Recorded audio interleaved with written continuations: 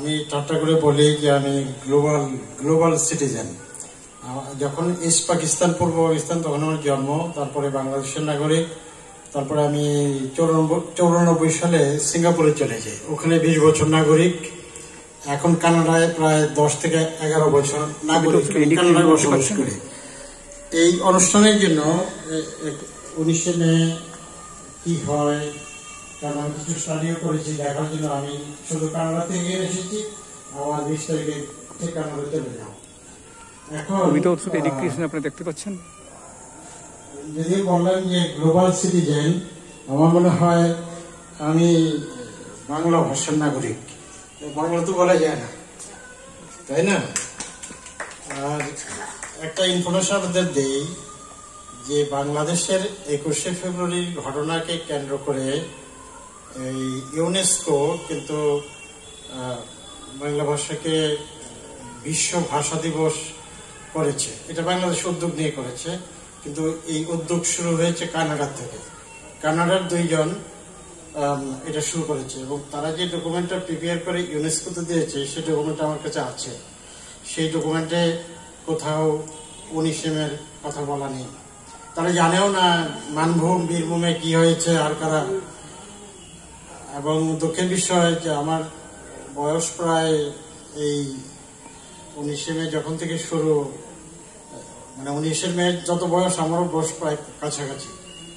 আমি 2000 সনের দিকে প্রথম জানি যে এরকম শিলচরে একটা ঘটনা ঘটেছে। তখন হঠাৎ করে আমার হলো যে এটা তো খুব সহজ ঘটনা না, ভাষার অধিকারের জন্য লড়তে হবে কেন? ভাষার অধিকার, আমি যদি আমার ভাষা অধিকার চাই, আমি কি কারো কাছে খাবার চাচ্ছি না পয়সা চাচ্ছি? আমি আমার কথা বলার অধিকার চাচ্ছি। তো সেটা তুমি দিতে পারবে না কেন? মানে আমরা কি করে, মানে অ্যাটিটিউড, ফিলোসফি, মেন্টালিটি কি থাকলে পরে একটা লোক বলতে পারবে যে উর্দু হবে একমাত্র স্টেট ল্যাঙ্গুয়েজ, অসমীয়া হবে একমাত্র এই দিস ল্যাঙ্গুয়েজ, আমারটা হবে শুধু আমারটা?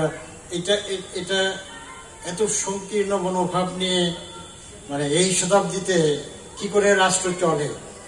দুনিয়া কোথায় চলে গেছে, আর এই অঞ্চলের মানুষ আমাদের এখনো ভাষার জন্য কথা বলতে হয়।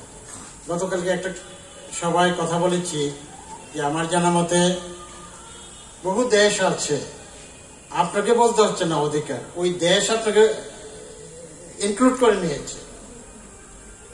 আমি মেক্সিকোর উদাহরণ দিই, তাদের রাষ্ট্রনীতিতে বলা আছে যে 68টা ভাষা হচ্ছে তাদের ভাষা, মানে এটা লিখিত 68 ভাষা। তারপরে যে কিভাবে রক্ষা করব রাষ্ট্রের কমিউনিকেশন কি হবে, কি হবে, সেটা তো পরের কথা। আগে তো আমাকে বিশ্বাস করতে হবে যে এই ইনকা, তারপর মায়া সভ্যতার লোকেরা কোন ভাষা বলছে, সেগুলো এখনো আছে। আগে তো আমি স্বীকৃতি দিলাম, তারপরে না চিন্তা করবো যে কি করে তাদেরকে প্রিজার্ভ করা যায়। তো দুনিয়াতে আমার দেশও তো আছে, কানাডায় 2টা ভাষা, সিঙ্গাপুরে 4টা ভাষা স্বীকৃত। এর জন্য আন্দোলন তো করতে হয় না, এর জন্য তো রক্ত দিতে হয় না। তো বাংলা ভাষার জন্য রক্ত দিতে হচ্ছে, এটা একটা অদ্ভুত ঘটনা। আর এখনো স্বীকৃতি মিলে নাই। ইভেন এমনকি বাংলাদেশের অনেক মানুষ এটা জানেও না। আপনি বিশ্বাস করেন, আমি অনেকের সঙ্গে কানাডায় কথা বলি। আমি ওখানে একটা কলেজে আমি পড়াই, অটোমেশন ইঞ্জিনিয়ারিং। আমি পড়েছি বেশ কয়েকটি বিশ্ববিদ্যালয়ে, আমি ওখানে পড়াই। আমি অনেক লোকের সঙ্গে পরিচিত, এখানে বেঙ্গলি কমিউনিটি, এদের অনেকে টেস্ট করে করে দেখি, জিরো, কিছু জানে না। তো যে ভাষায় প্রত্যেকদিন কথা বলছি, উপকৃত হচ্ছি, কথা বিক্রি করে খাচ্ছি, সেই ভাষার জন্য যারা প্রাণ দিয়েছে, মানে এর চেয়ে বেশি কিছু তো আর দেওয়ার কিছু নাই। রক্ত দিয়েছে, ভুক্তভোগী হয়েছে, তাদের সম্পর্কে যদি একটু আমার শ্রদ্ধাবোধ থাকে, তো সেটাই তো ভালো, সেটাই তো আমাদের দিক দর্শন হওয়া উচিত। তো আমি অভিনন্দন জানাই শিলচরবাসী, যেভাবে তারা অনেকটা সংগঠিত এই 19 মেকে কেন্দ্র করে, যে তাদের যে অভিব্যক্তি, সকল ভাষাকে মানে ইনক্লুড করে আমাদের চলতে হবে, সকল ভাষাকে আমরা ভালোবাসি, এটা একটা অদ্ভুত ব্যাপার। এইটুকু বুঝতে পারলে তো অনেক সমস্যাই সমাধান হয়ে যায়।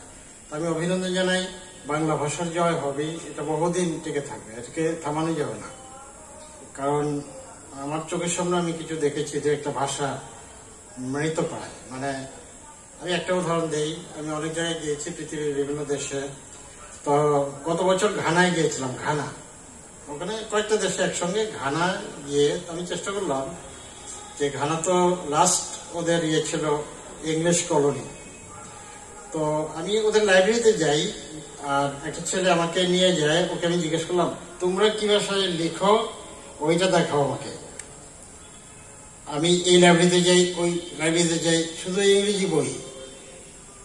ওরা ওদের মাতৃভাষায় কথা বলে, কিন্তু লিখিত একটা বই ওখানে মানে কয়েকটা লাইব্রেরিতে করে, বড় বড় লাইব্রেরি, মাল্টি ন্যাশনাল কর্পোরেশন সুন্দর করে সাজে রাখছে, ওদের নিজের ভাষার একটা বই ওরা দেখাইতে পারলো না। ঘানার রাজধানী আকরার কথা বলছি, এই গত বছরের ঘটনা। তো ভাষা কিন্তু হারিয়ে যেতে পারে যত্ন না করলে, ওই গাছের মতো আর কি, যত্ন না করলে তো ওটা থাকবে না, বড় হবে না, বাড়বে না, আমাদের গর্বেরও কারণ হবে না। আমার এই কথা শোনার জন্য আপনাদের সবাইকে ধন্যবাদ। নমস্কার।